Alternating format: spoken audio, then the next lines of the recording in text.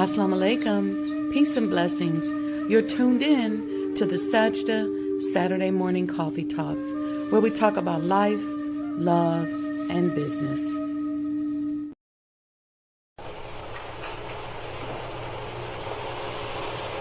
O Allah, guide me among those whom Thou hast guided aright, and preserve me among those whom Thou hast preserved, and befriend me among those whom Thou hast befriended. Bless me in whatsoever Thou dost grant me, and deliver me from the evil of what Thou hast judged.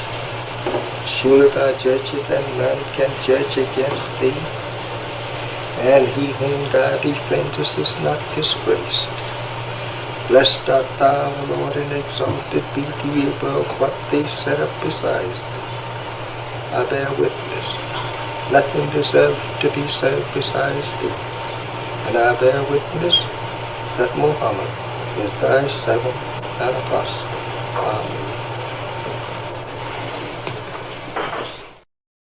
Our prisons, the largest prison system in the world, are filled with those who are the victims of poverty. The women who are disenfranchised, young teenage mothers, are victims of poverty. Poverty is knocking at our door all day long. It sits in the mirror for us to look in every morning. When we look at what's going on with the schools in this country, we build more prisons than we build schools. Poverty is in our face all day long. Why is everybody behaving all of a sudden like this is some great revelation? We are angry, we're upset, we look around for some comfort, and we don't find any. Well, we have to look to ourselves, because I think the last frontier of truth and hope in this country are the people themselves.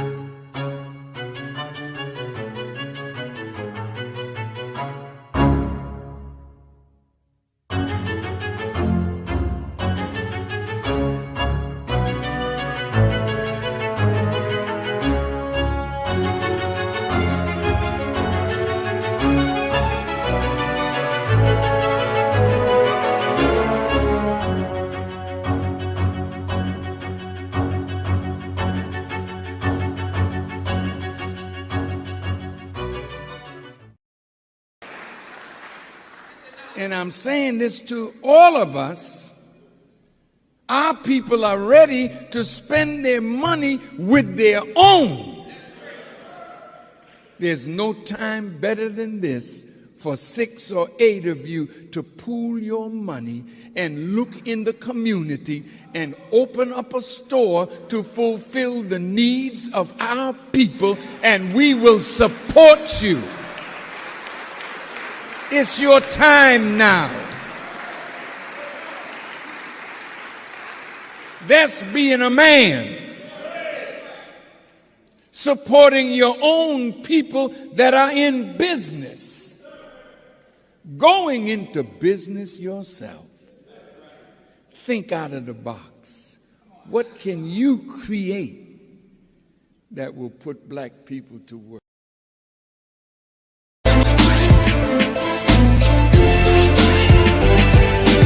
You belong to yourself. You're an independent people, created from the nation of free people. Yes, sir. You don't need to go nowhere but to yourself. Yes, sir. There will be a great separation. Yes, sir. So I said, it is on now. The college is meant to prepare you for your future. That the time dictates that if we don't do something for ourselves as a people, we will be destroyed. And the aim of the enemy right now is to take us out. We have God with us. We have Him as our guide. Yes, sir. We don't have to stand around here and ask the question, what must be done? Yes, sir. Get up and let's go and do something. Yes, sir. We cannot sit down. We cannot lay down. Yes, sir. We must get up. Yes, sir. And go to work. Do you know what real joy is in life? Visioning something and bringing it into reality. That's real joy. Do you know what the next step in joy is? Behold how good and how pleasant it is for brethren to dwell in unity. Tonight, you need to fasten your seatbelts. We're going to hear from some of the greatest minds in the world. I don't know about you, but I'm tired of trusting our future and the future of our children into the hands of those who don't love us. I believe we need to revitalize black leadership.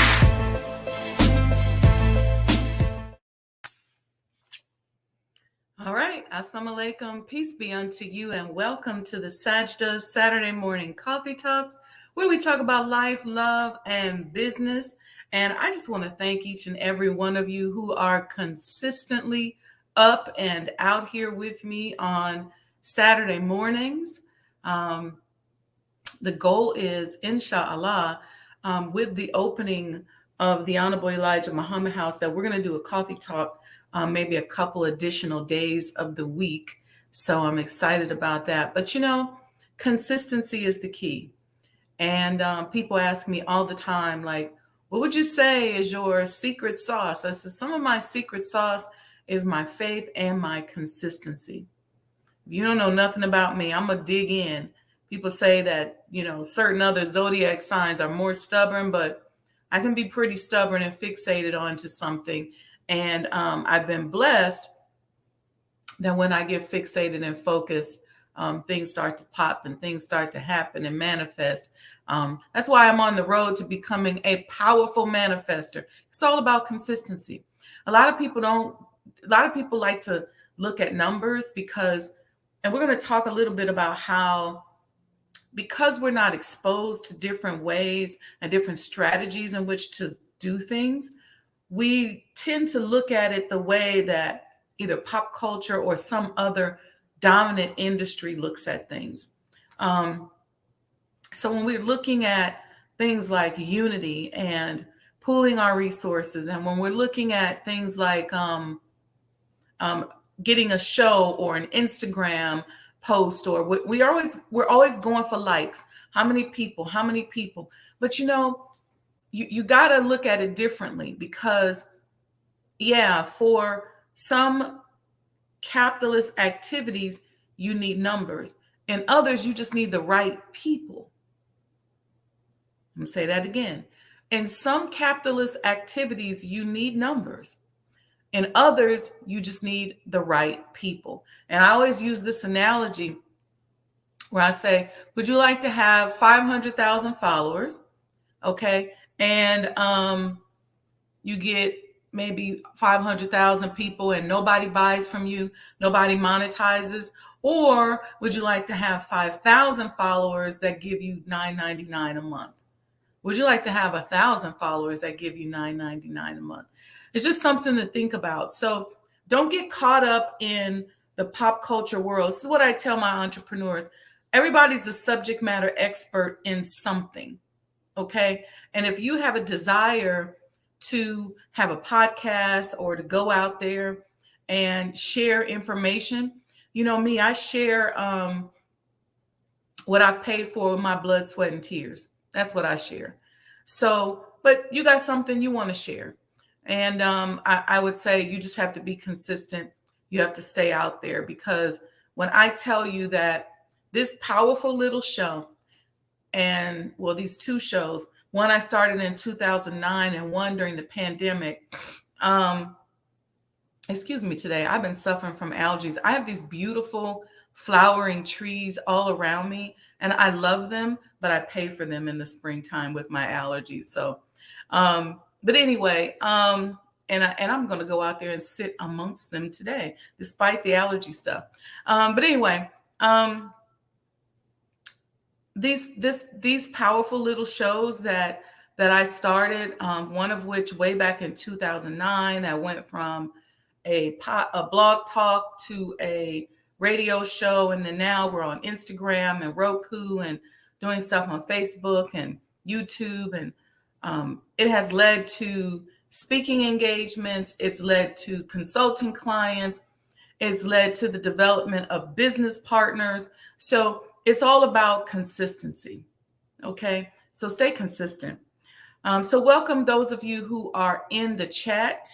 We're going to talk today about understanding the chronic condition of our economic state as Black people. Let me break that down a little bit. When we look at our economic condition, it could be described by what we call in the medical world a chronic condition. I'm going to break that down a little bit, but when we see a chronic condition, we are preconditioned ourselves to deal with that chronic condition the way in which the primary market deals with that chronic condition. Again, what do I mean?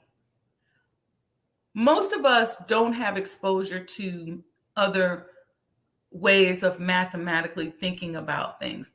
We don't understand the power of vibration. We don't understand the power of mathematics. We haven't really studied that science.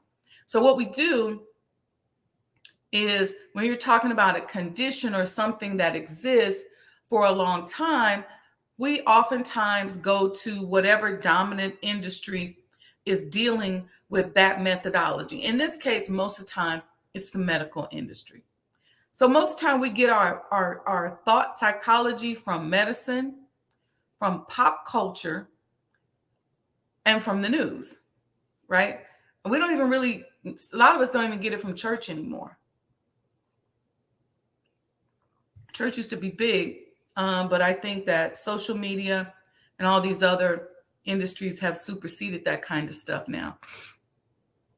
And even a lot of us that are conscious, whether we're Muslims or Pan-Africanists or whatever, we're trying to figure out how to balance that thought pattern against what's happening and what's going on with us out here. So, so let's dig into this a little bit.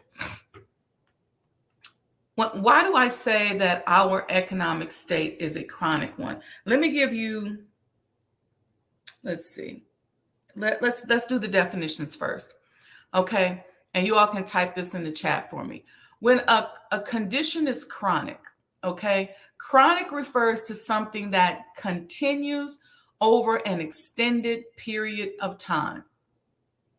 So you can type in the chat, chronic refers to something that continues over an extended period of time. All right. I'll go on to define that by saying a chronic condition is usually long lasting and does not easily or quickly go away. Okay. Now, in medicine, chronic is different from acute. Okay. So you may go in and they may say, well, you have an acute illness. An acute illness is any illness that develops quickly or intense or severe, and it lasts a relatively short period of time. It can be like an infection, a trauma, a fracture. But the chronic one is the one that lasts for a long time. Think about the root word chronos, or chronological, or chronic, right? Okay, so a lot of us don't necessarily readily off the top of our head know the meaning of those words, chronic versus acute.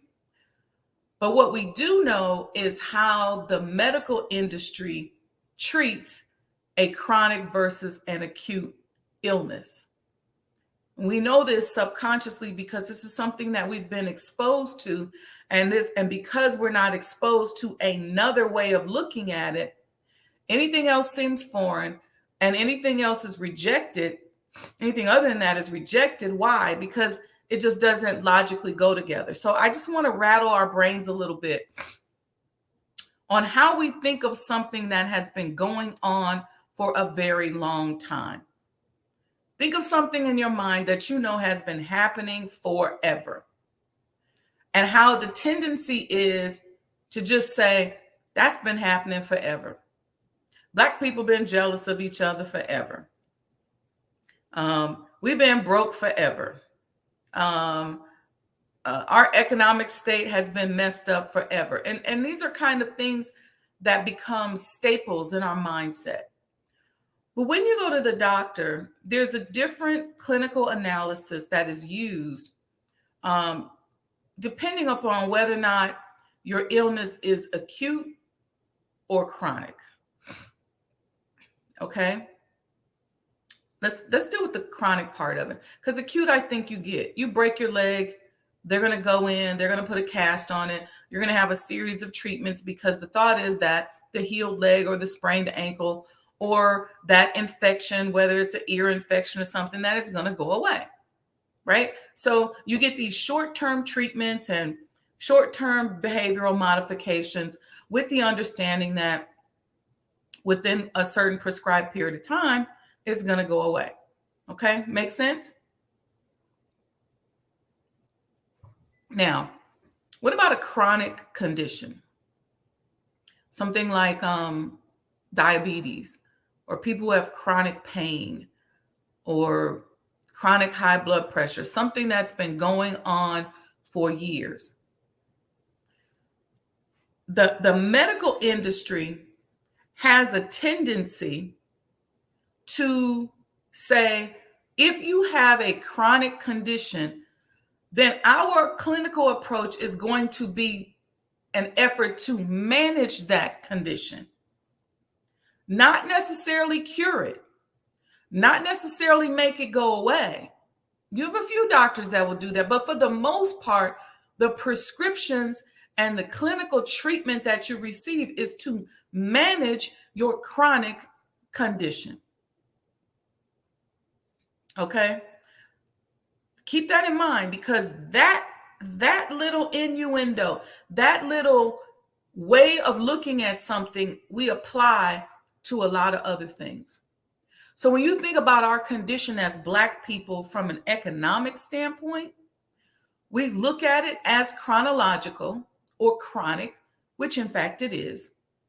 But what is our response when it comes to how we deal with it? Our thought is some form of management. So a lot of us go into what they call island economics. We worried about our economy, how much money we making, what we can buy, how our children are doing, what's coming in our pocket. And we don't even think about the broader community because that's a chronic problem that my actions cannot necessarily fix. Or you have some people who approach a chronic illness all of a sudden with faith. And they say, look, God intervened, and all I know is that I lost weight and I wasn't diabetic anymore, or I went and got to treatment and I came back and the cancer was gone. And so I'm not even dealing with no management of that. I am dealing with now prevention because it went away. And when you hear us talk about the economic solutions that the Honorable Elijah Muhammad gives us for our economy as Black people, those are not solutions geared towards managing a chronic problem. Those are solutions geared towards fixing or correcting and turning around an economic condition.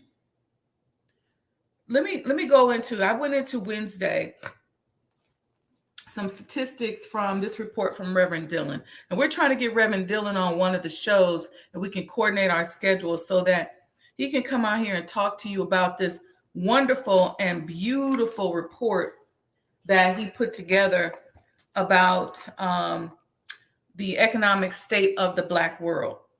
Okay, some of the topics he covers on here is youth and education, Black buying power, housing, home ownership and foreclosure, global remittance, Africa, the Caribbean, and the world, population growth and the impact on Africa, wealth disparities, import and exports in Africa's commodities, Black businesses and entrepreneurship, and health and healthcare disparities.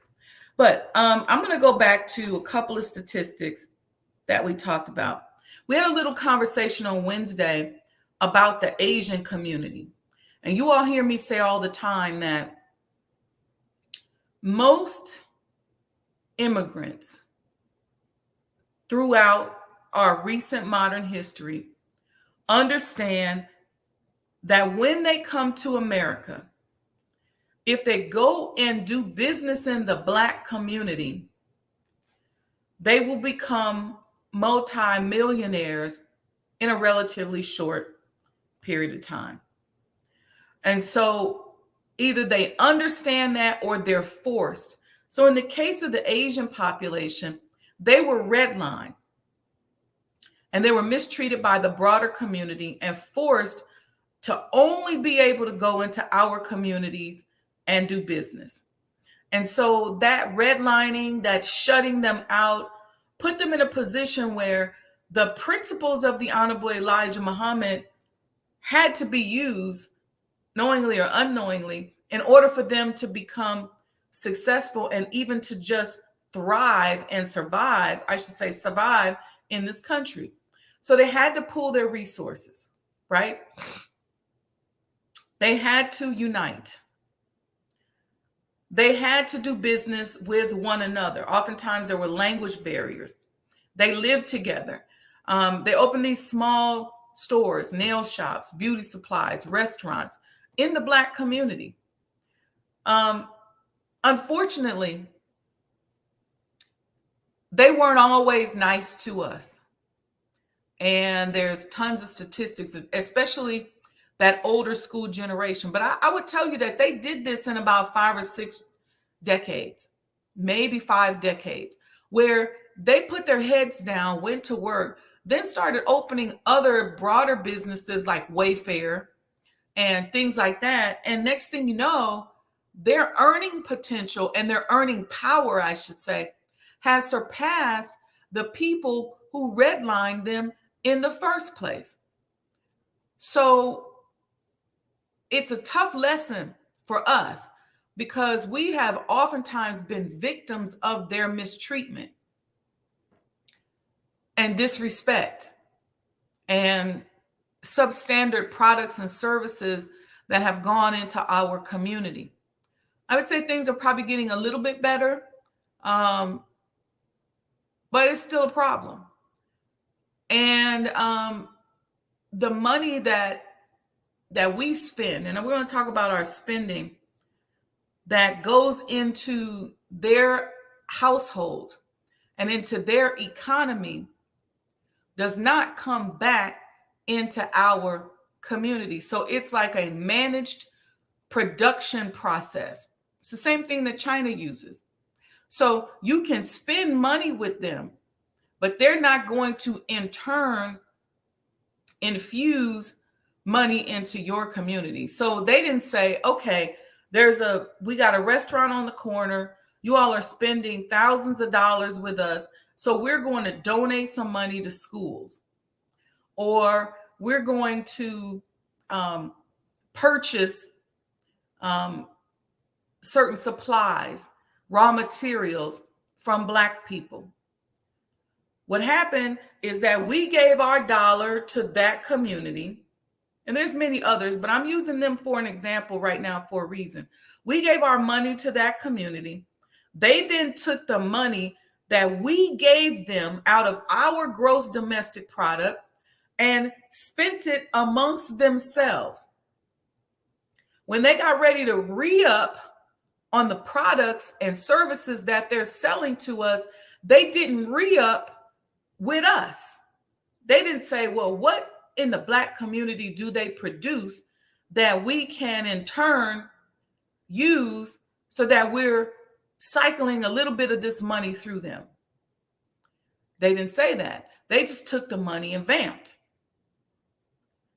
And here we are spending, and they're taking, earning, providing a service that we're getting, and unfortunately mistreating and disrespecting us in the process in many cases.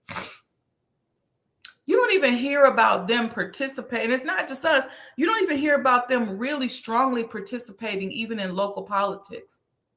I was thinking about the election that we just had here in Chicago, the mayoral election.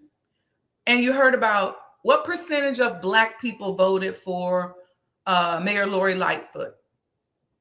What percentage of white people were going to vote for Brandon Jones? What percentage of Hispanics were going to vote for Paul Vallis?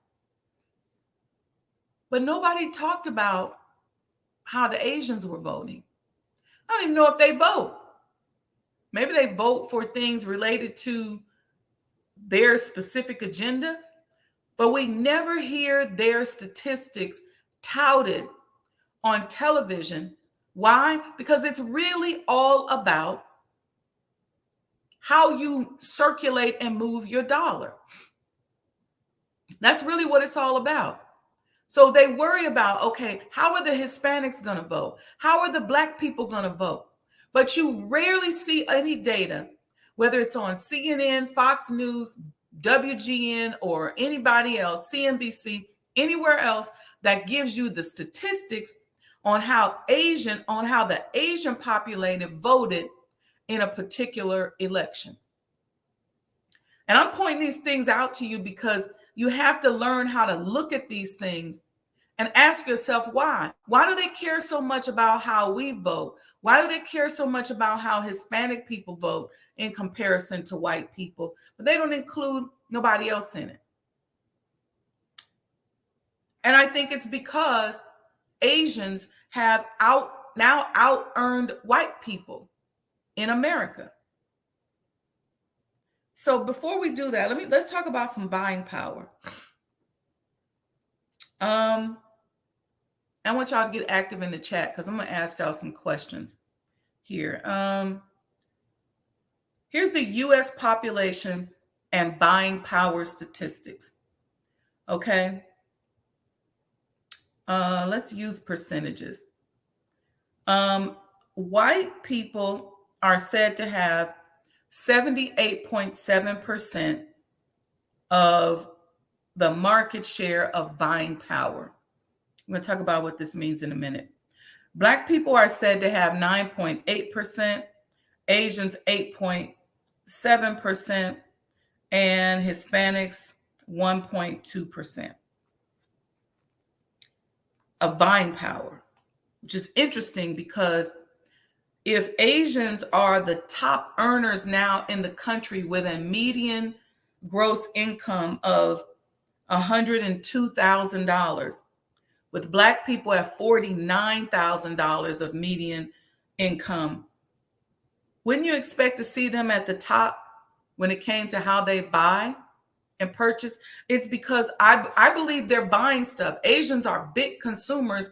They buy just as much stuff as we do. But I think that, one, their stuff is not often tracked, but two, oftentimes they're spending and circulating their dollars in places that are not necessarily documented, which is in their own community and amongst themselves. Look, the Honorable Elijah Muhammad gave us a prescription for this chronic illness that we had. He said, unite, pool your resources, stop wanton criticism. There's save together, group cooperative economics, all of this kind of stuff we've covered on the accomplishments of the Muslims. Let me go on. What do you think are the top states where Black people have the most buying power? Type that in the chat. Give me the top states that you think have the most buying power. Interestingly enough, Texas takes the lead as the state with the largest Black buying power. Texas. Y'all probably didn't know that, huh? New York moved to number 3. They used to be number 2. California was number 1. Now they're number 5. Okay. Now let's look at, this is what I want to look at. So this is just so interesting to me. In terms of how we spend money. Now, mind you, we just talked about, let's talk about our gross domestic product by race. Gross domestic product basically means what you produce as a race or as a country. Okay. Asians' gross domestic product is $65,000 a year. Whites is $59,000 a year.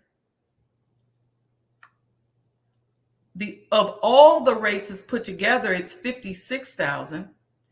Black people is $39,000 and Hispanics is $33,000. So that means that Asians are outproducing the entire U.S. economy.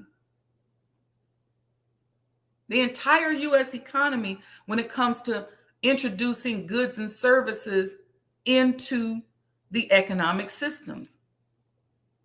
Asians, they're outproducing whites, Blacks, and Hispanics put together. This is just interesting. It's mind-boggling to me.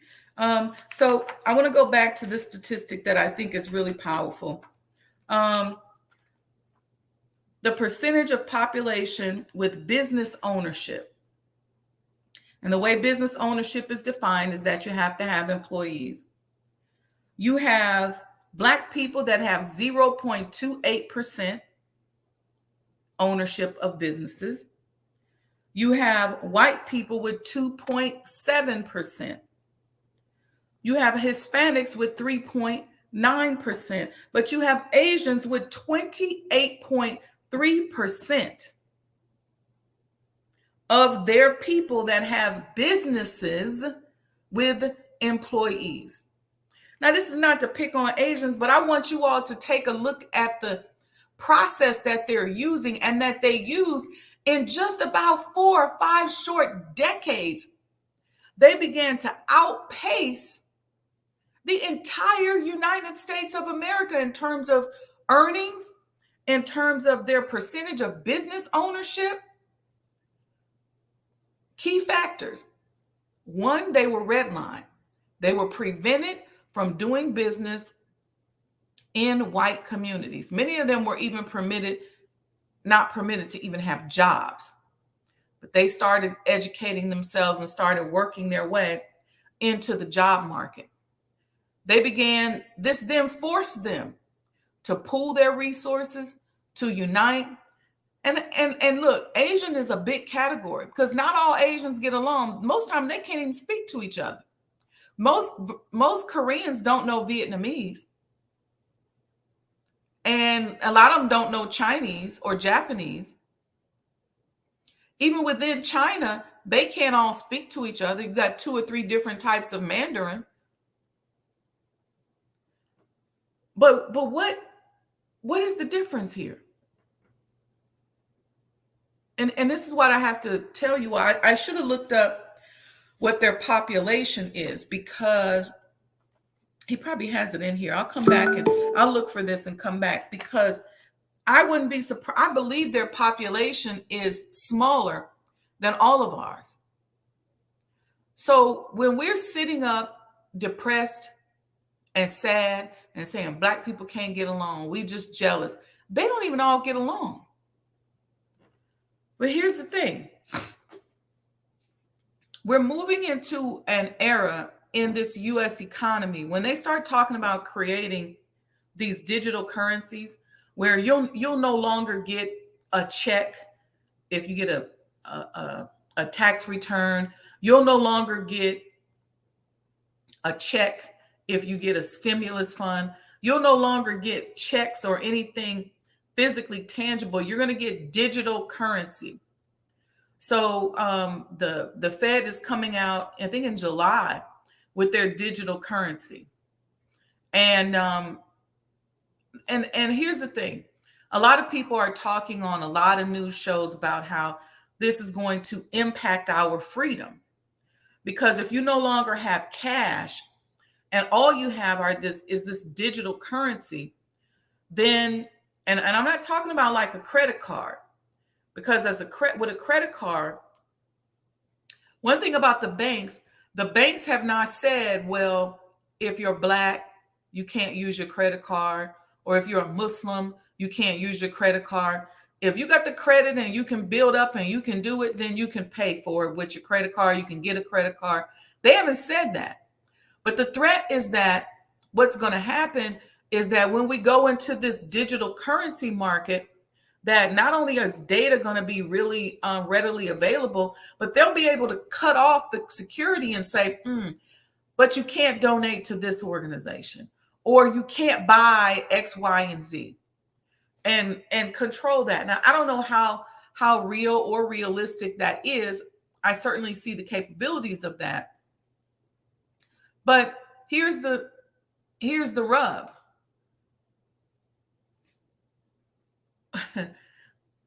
The Honorable Elijah Muhammad said to us that the bottom rail was going to be raised to the top.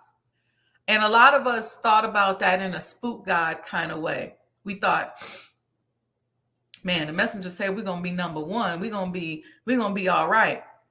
But there's a process. We're still in this capital market system. We have a prescription for a chronic illness, but how is it going to be administered? We got the medicine. We see the medicine sitting over there on the chest, in the cupboard, in the chest. We see it in the medicine chest. But how do we take it? Is it injected? Is it in a pill form? How do we take it? And at what point are we going to take it? Do we have to become severely impacted? I'm talking about beyond our delusions of success that we have today in order to go and take the medicine. Are we going to inhale it? How are we going to take it? See, because let's say some of these currencies, these digital currencies start to come out and Black people become redlined again. They're already predicting that by 2050, our median income is going to be 0. Some of y'all saying, I got a degree, I make money. That ain't gonna happen to me. Median means the middle. So there will be a large chunk of us with a median income of 0 or something slightly lower or something slightly higher. There's a talk about having social credit scores, similar to what they have in China, meaning there will be criteria or behavioral criteria based on how you conduct yourself that will impact a score. that will determine how much money you can spend on this digital currency. A social credit score. So maybe if you, come out to hear Minister Farrakhan, you might drop your social score a little bit. But what's the antidote to that? And this is what we talk about and what you hear the minister talking about all the time. He hinted at it on his tribute to Harry Belafonte the other day. There's a solution out here. There's an alternative. The Asians have showed us. And it's very simple. And it don't take a lot of us to unite and pool our resources in order for us to tip the scale. It don't take a lot. There was only 50,000 people who came over from Europe to start America. And look at what those 50,000 people have built. There wasn't that many people on the ark with Noah. So it don't take that many. One or two people who are rightly aligned can be more powerful than thousands of people. All these mental strategies that we talk about on these shows that I do, on the Manifestation Show, on the Mind of an Entrepreneur, if you get a good group of us that got a good, strong, powerful ability to manifest, do you know what we can manifest? And it's all about unity, because not only here's the multi-layer approach. Let's use the Asians. You got a small group of them that are manifesting at a certain level. Heads down, focus, manifestation, powerful manifestors. And that unity is impacting an algorithm. The algorithm that they write, you hear about ChatGPT and all these other things coming out. They're based on behavioral algorithms of people who are taking data and studying our behavioral traits over time. Once they study those traits, it creates a pattern, right? Like a chart. That chart is then used to predict behaviors. So when you hear them talking in the election, like, what are the Black people going to vote? Like, how are Hispanic people are going to vote? How are white people going to vote? Those statistics are oftentimes predicted, right, by past behaviors. And you can see in many cases when we took a slight turn, a slight change, nobody thought that Brandon was going to win and become mayor here in Chicago, but there were certain forces that came together that tipped the scale. And you've seen that in election coverages all over. That also applies in the economy. The reason times you don't always see Asian data put out there is because they can't necessarily predict it. Or when they predict it, they predict that they're not going to participate in the broader market. So what would our unity do? Just a small amount. Let's say you had 50,000 of us who decided we're not shopping on Black Friday. How much will that impact the economy? So you got your own unity that's happening over here, and the power of that unity and the power of those 50,000, let's say, people who are powerful manifestors who decide to focus on certain key elements of economic development. And if there's projects, we're just buying Black. We're focusing on Black projects and focusing on supporting and helping one another. Let's say it's just 50,000 of us. But those 50,000 people who get dispatched out with that mission in their head is now going to change the forecast and the predictions. What does that mean? And you always know we talk about this on the show all the time. We are now living in a data-driven economy. There are charts out there. I just saw one the other day, and I meant to get a copy of it to show it to you all. There are charts that track the psychology of people who it tracks the psychology of the markets against how the stock market actually performs. So when there's anxiety in the market, what happens to the algorithm? If people are excited, right now everybody's excited that they think the Feds are going to stop raising rates, so the market's rallying back. But there's charts that track this. They're also saying that potentially on Monday, First Republic Bank may go under. And so there are charts, and there's a reason why they don't tell you these things up front, because they don't want you to panic and impact the market. If you remember, they started talking about there being a toilet paper shortage at the beginning of the pandemic. And then all of a sudden, everybody started running to the stores, buying toilet paper, and there really became a toilet paper shortage. So they know that this is a behavioral based market, and that is tracked. But what if, and in that tracking, let me go a little further, the toilet paper people, for example, who make toilet paper, they knew that they may have known that the communication was going out, that there was going to be a toilet paper shortage. So they produced more toilet paper, and they were able to make more money off of toilet paper during the pandemic than they probably made, 3, 4, 5 years before, because we thought there was a shortage. Now, people were selling toilet paper out of their houses. It was crazy. So what happens if you change that algorithm? If they put the word out there that there's a toilet paper shortage, the toilet paper people manufacture more toilet paper and stock up on toilet paper, but you don't go buy it. You say, I don't believe that. Or you say, no, I'm good because I already stocked up. I'm good. I'm going to go down the street and get some from my cousin. I'm straight. All of a sudden, you got power. Why?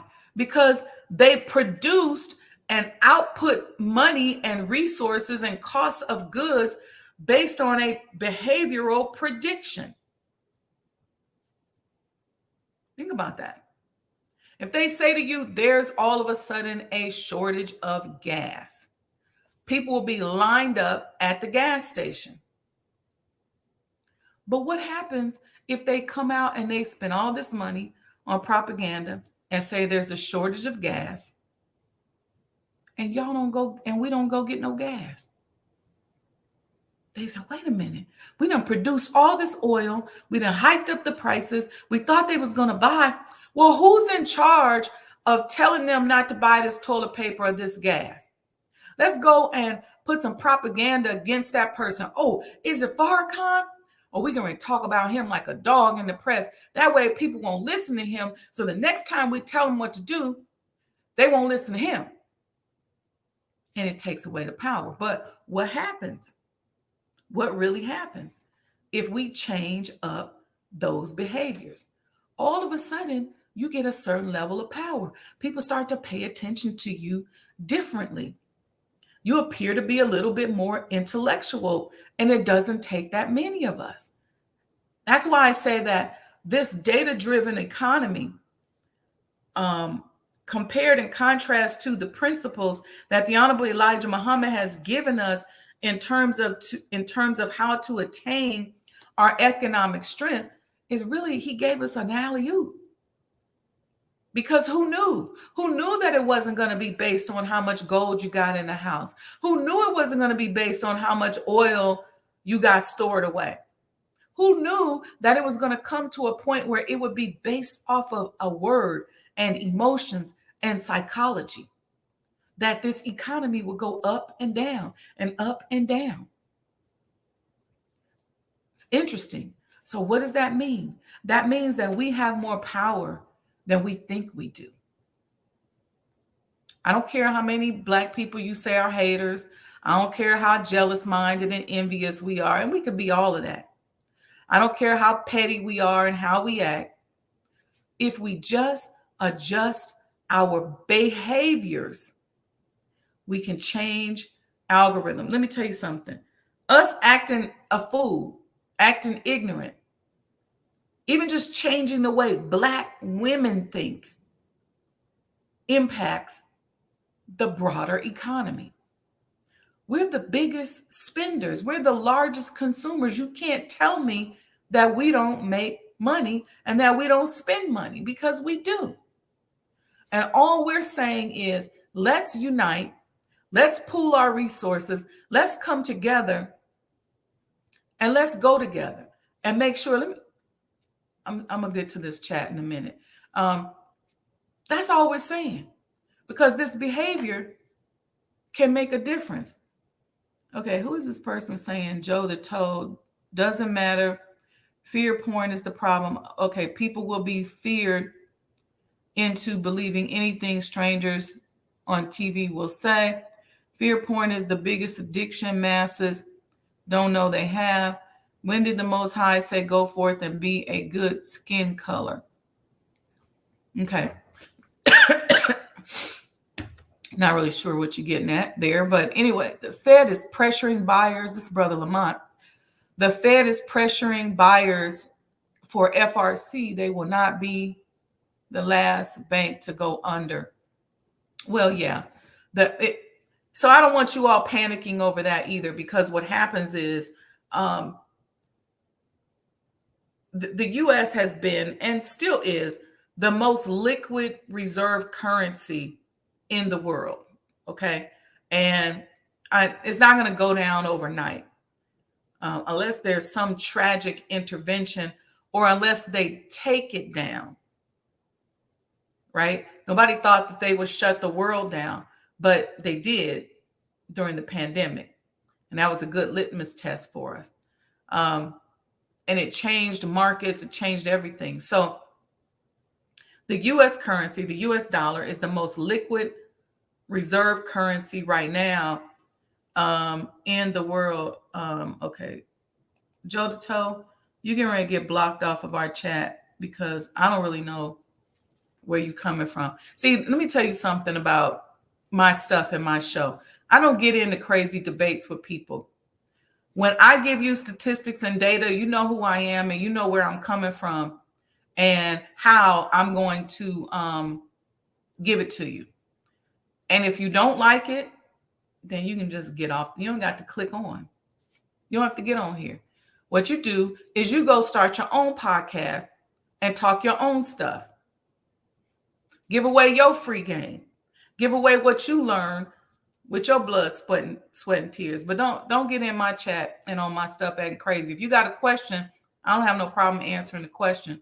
But either over here, either you down or you not. You can move around. Because I don't never get on nobody else's stuff that I don't like or I got an issue with, nor do I talk crazy. So a lot of people have issues with the fact that I always add spirituality and I add God into everything that I do. That's exactly right. And I do talk about skin tone and race because that is how our markets are built and based in a lot of cases. It's unfortunate. Should it not be like that? It shouldn't be, but it is. And if it wasn't a factor, then they'd have told y'all a long time ago that Jesus was black and that he had feet like burned brass and hair like lamb's wool, but they didn't. They told you that he was white and they showed you a picture of him with long hair and blue eyes. And then they told you the color don't matter. Well, it mattered because God told us in the Bible what color he was. They could have left that out. Somebody could have went in and erased that. So it matters. It matters. So anyway, moving right along. So yeah, don't you can get your own podcast. You don't have to play around on here with mine. Get you some people, and YouTube is free. It's real easy. Start the podcast, get on there and start talking your own shit. But don't come on here in my chat talking against me. You either hear because you value this information, you like it. If you don't agree, you got a problem with it, move around. That's what I do. That's why I'm a powerful manifester, because I move around. If I don't like something, I ain't feeling it, I go, get somebody else to do it. This ain't for me. Anyway, I think you all get my point that these basic principles that have been in the lexicon for so long that a lot of us think that they may not be that powerful, right? We think, this may not be, we're never going to unite. That's not that powerful. But I want us to get out of our head, because you don't need all of us. I don't even see Black people ever all agreeing on one thing. There's not even a place in history where we've all agreed on one thing, and unless you go all the way back to the Creator himself. And of course, he agreed with himself and he agreed with his immediate creations. But as creation evolved, everybody didn't think alike. So I don't even know that, when we get these instructions from the Honorable Elijah Muhammad and the Honorable Minister Louis Farrakhan about uniting and pooling our resources and supporting one another and coming together, are we talking about all people? It would be great. But let me tell you something. Oftentimes, and this is just how a capitalistic society works, in order to trigger a big change in the market, generally a crisis or a disaster either happens or is introduced and created. A crisis or a disaster. So George Floyd was a terrible disaster and murder that happened in the street.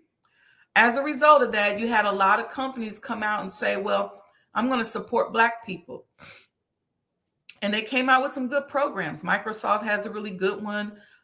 You name it. A lot of them have said, hey, you know what? I'm going to hire people that are going to give out funds, and they're going to be diverse, and we're going to help shine a light on the plight of Black people. But generally what happens that gets an economy to turn. So when you have a chronic condition like the one we're talking about, let's take it back to medicine. Somebody tells you, listen, your blood pressure has been high for however many years.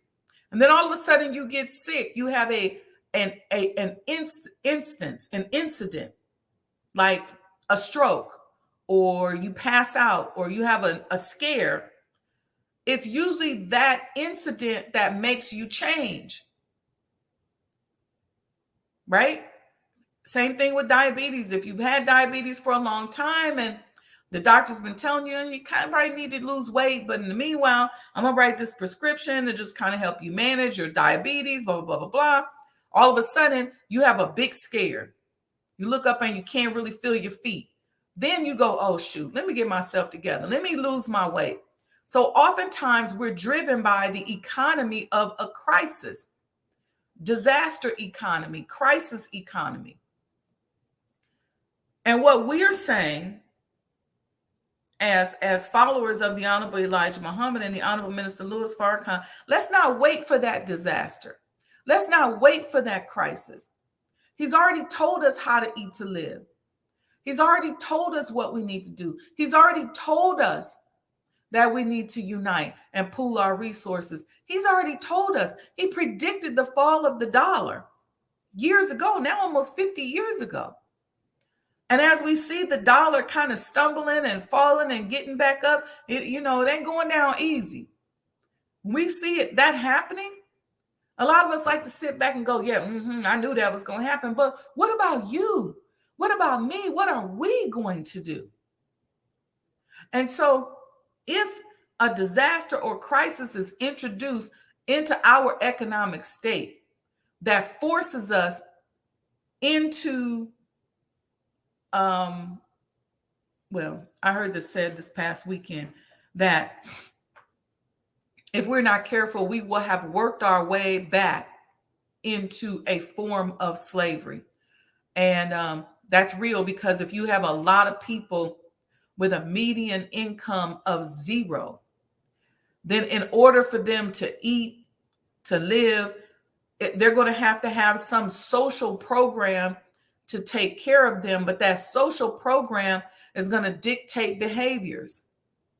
Things like, if you want welfare, you can't have a man in the house. You want welfare, you can't have a man in the house. What is that going to do? It's going to break up the Black family.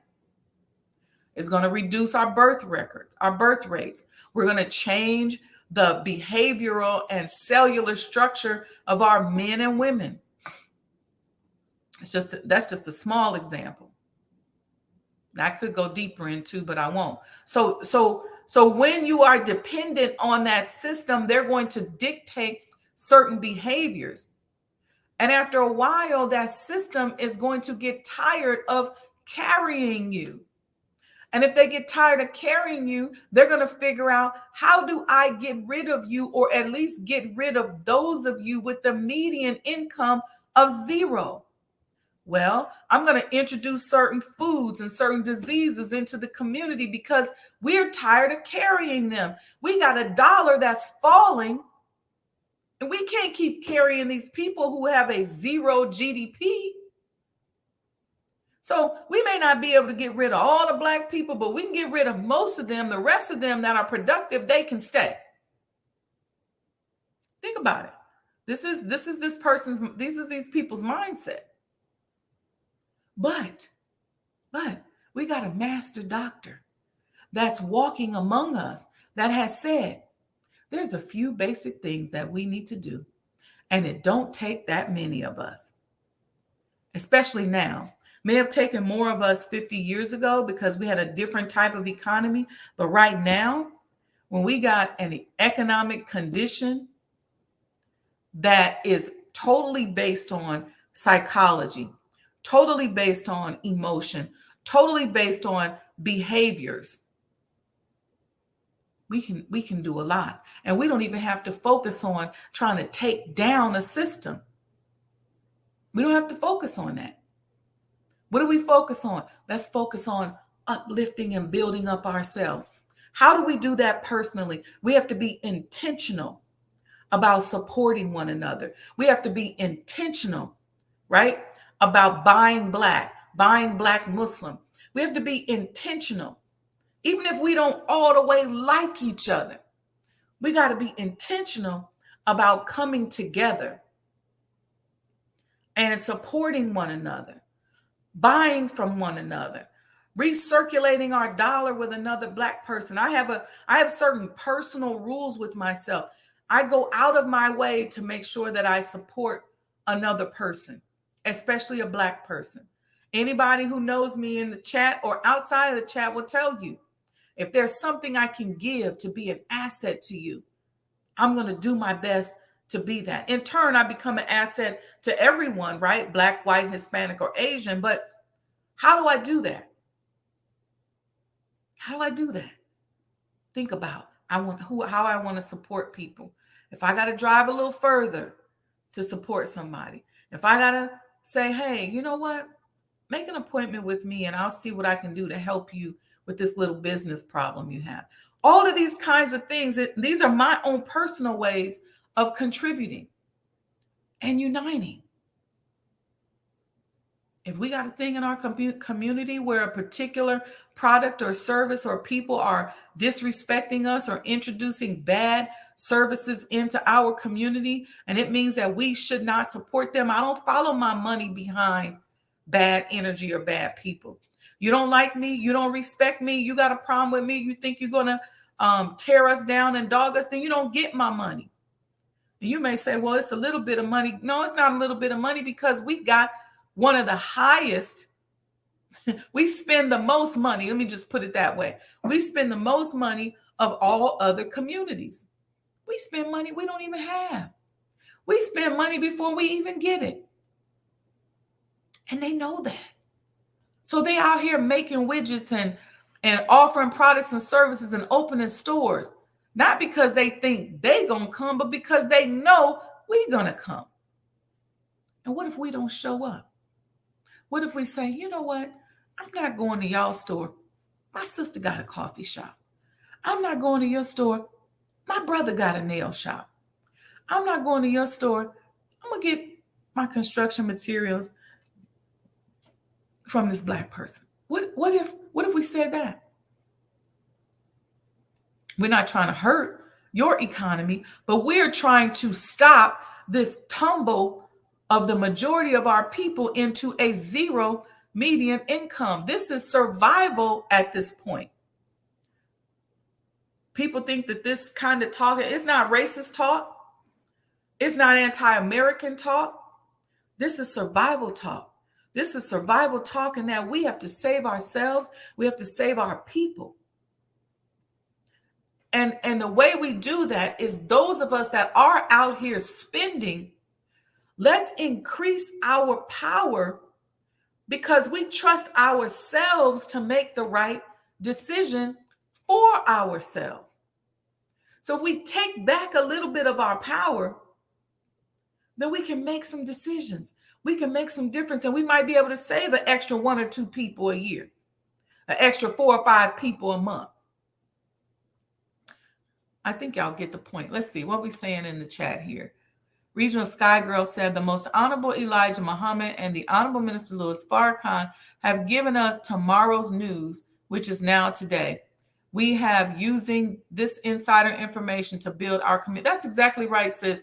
It's really like they've given us this insider information. And I think if you start to go back and look at some of the speeches and go through the study guides, the minister has even laid out to us the basis of community development through our study guides, because this world has made us think that we can act however we want to act and still have certain rights and still be a certain way. And that would be great, but you just can't cut up the way a lot of times we cut up and think that you're going to still reap the same benefits and the same rewards. You just can't. And other countries are coming out and saying that about America and us as a country in general. And a lot of places, they don't want us over there because all we do is drink and smoke weed, have massive amounts of sex. We bring our whole sexual subculture with us. We come to beautiful countries and environments, and we want to open up a strip club. Of all the businesses that we can open, we want to open a strip club. Think about that in Africa. And I'm just going to say this because it bothers me. I've been to Liberia, and I know that Liberia was originally developed for Black Americans who came over to Africa in the late 1800s, early 1900s to establish, supposed to be a new way of life and economy. What we came with was an old social model. We came with Jim Crow. We came with the light against the dark. And so you got all these wars now between and battles between the Amero-Liberians and the native Liberians. And those wars and that conflict has really torn down the country and just created just a certain level of savagery, if you will. And you have people trying to get over that. But that was because we brought that social system over there. I worry about Ghana because now we're starting to go back, and Ghana is welcoming us as Black people from America or throughout the diaspora with open arms. And they have plaques where they've issued apologies for their complicit involvement in the slave trade. And so they're really doing the right thing. And then we take our butts over there and open up strip clubs. Now, that might not mean that much to us here because we have strip clubs down the street. We think, ain't that big of a deal. And we don't hate on people that come through that behaviorally and find that at one point in their life they felt like that was a way to live, and then they got themselves. We don't hate on that. But think about this in a country where a person might be able to make in a night as a stripper what their entire village made for the past 5 years. Now, one might say that's good for the economy, but what about the behaviors? How many people do you think are going to go down there and sell their soul to make that kind of money, to have that kind of buying power? What other levels of corruption will reverberate from that economics in a country or on a continent like Africa? This is why a lot of the African leaders are coming out saying, we don't want all that over here. Don't bring all them social ills and them problems that y'all got in America over there. And we as Black people in America, we have a an abusive sexual subculture that's like the big pink elephant in the room that we don't even address.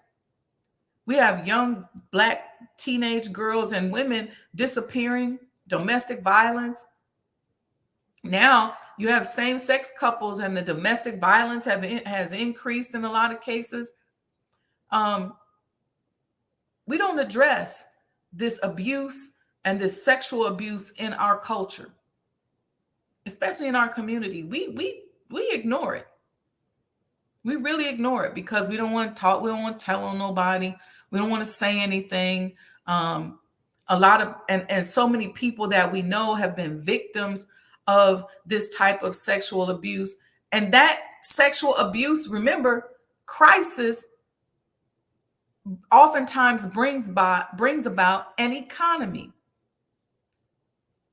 behavior, and things that lead to an economy. So we're talking about crisis economics, disaster economics. So everything that happens and everything we ignore, there are people who are capitalizing on it. Somebody's capitalizing off of all these young Black girls that are missing. And we don't say nothing. There's no outrage. You go to some of these websites, and I can't remember what the statistics is, how many Black women and Black girls disappear every single day. But we don't talk about it. How many young Black boys are sexually abused? We don't talk about it. What happens? The world we live in, they build an economy around that abuse because they know that abuse is going to produce certain behaviors. And then there's an economy that is developed based on those trauma-induced behaviors. But we don't say anything about it. But I think if we start focusing on what we can do within our own individual world to make a difference, then I think we'll see a difference. That's it. I'm sorry, y'all. I talked long today. Felicia Horn said wilding is the word. I hear a lot of Africans say they don't want us there, like they, the owner of the world. Yeah. I think what they're saying, sis, in all fairness, and I can't speak for everybody on the African continent, but I can speak to the few people that I've spoken to. It's not that they don't want us there. They don't want oftentimes the behaviors that we bring there. See, remember, they're not in the resurrection business.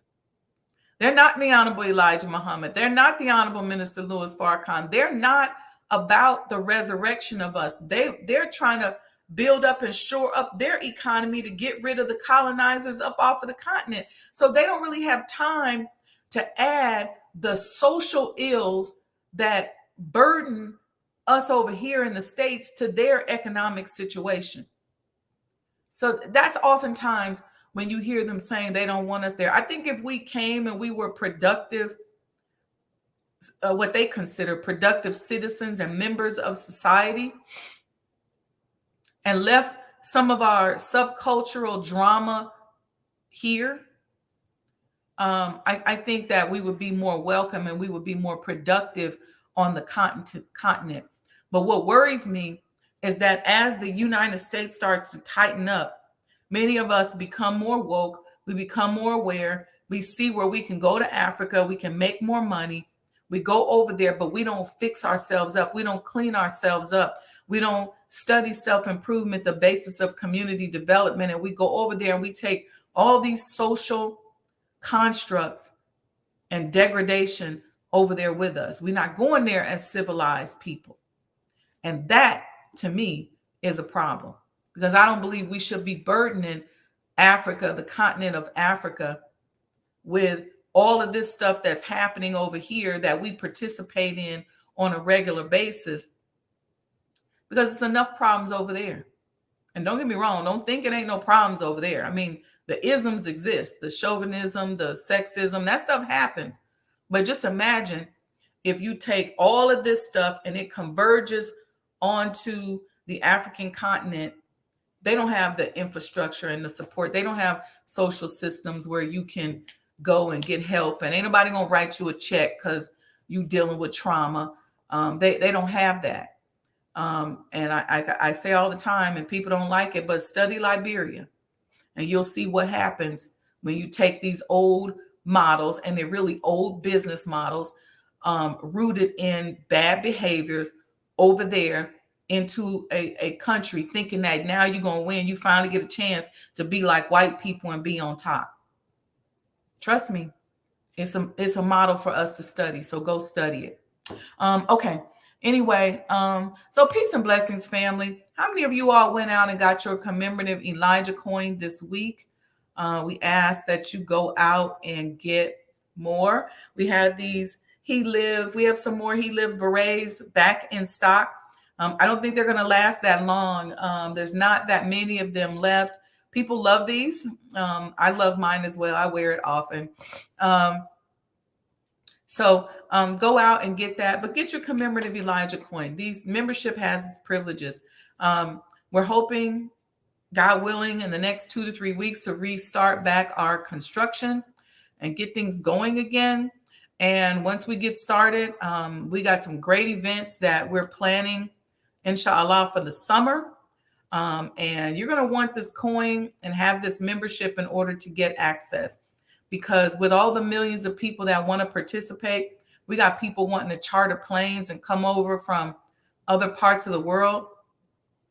We're going to have to kind of say, you're going to have a coin in order to get an invitation, because the house ain't but so big. So peace and blessings, family. Thank you all for your tremendous amount of support. And we will see you all Thursday. I am not sure. I should have checked, right, with my show assistant to see who we had coming on Thursday. But you know it's going to be somebody good. You know we're going to work hard to bring you somebody that's going to share information with you. Make sure you like and subscribe to the page. Go and tell other people to like and subscribe to the page. We're trying to get to 1,000 likes and subscriptions soon.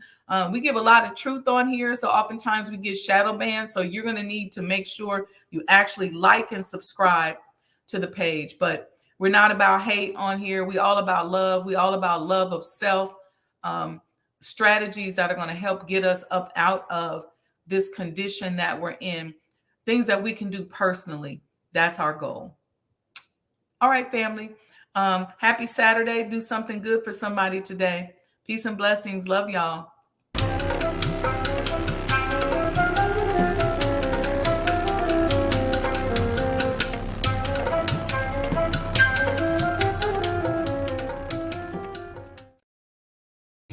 Greetings, conscious entrepreneurs.